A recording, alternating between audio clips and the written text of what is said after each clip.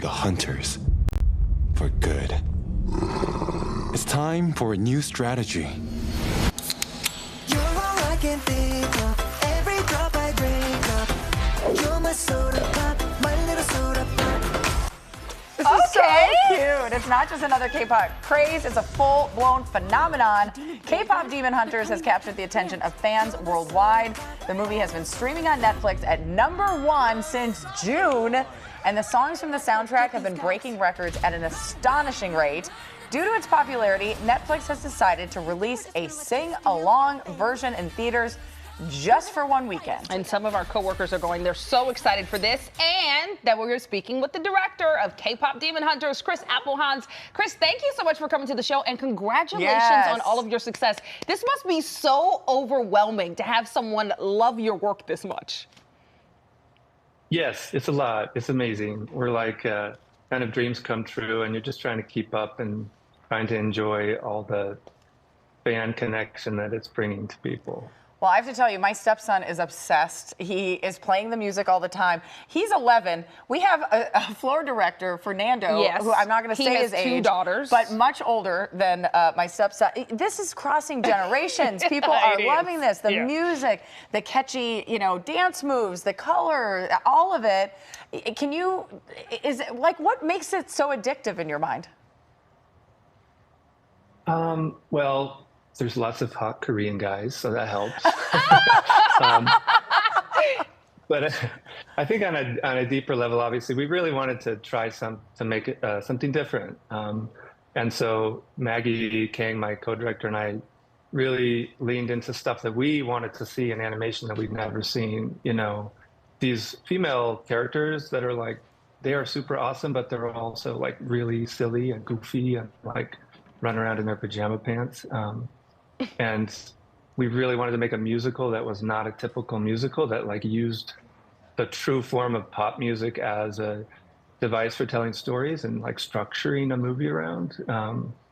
And we wanted to talk about like some heavy stuff too, like the movie touches on shame and inner demons and all the ways we kind of can tear ourselves down or help each other get through life. Oh, wow. So it was really a movie made out of all these personal things that we love that we tried to mash together. And I think all those layers make it really nice for like watching more than once. And Yes. Because then you get a little bit of everything in there. Okay, so we have to ask questions. There's diehard fans, as we told you, in the studio. They're telling us that there's rumors that 9 songs were cut from the movie. We want to know if that's true and if it will have anything to do with a sequel. Is that why that content was cut, to be used for later? What can you tell us?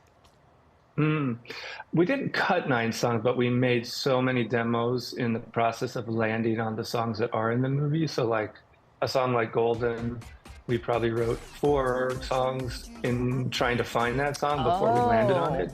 Okay. And then we did have, there are maybe 2 or 3 songs that we wrote for story points that didn't end up in the movie. And those may have a life somewhere in the future. We end up exploring that material, so yeah. It may have, but you put that out there, so of course the speculation about a sequel is only going to get ramped up a little bit more. Is that being considered? Yeah, for sure. We're definitely talking to Netflix, and they're excited, and we're excited about it, yeah. Awesome. Okay, I'm going to ask a question on behalf of 6-year-old Ellie, our Mark Lou's daughter. The blue cat and the bird with the 3 eyes and a little hat. Ellie wants to know, what's the deal with them? What is their significance? Tell us more. So we have, our nickname for the cat is Derpy Tiger, because he's so derpy. And for the little bird, we call him Sussy, because he's always kind of like grumpy and suspicious of everything. So Derpy and Sussy, they're kind of inspired by actual Korean folk art. Back in the day, Korean folk artists used to portray, they had kind of this caricature they would do where the Derpy Tiger represented like the upper class, which is like a little bit goofy and kind of like not as smart as they thought they were. And Magpie represented like the commoner who's kind of always pecking at them and fighting at them. So there's this really fun folklore, and the art was beautiful. And we're like, we need to bring this forward into our fantasy world. Oh, that's so cool. Yes, it is. How did you get so into Korean culture?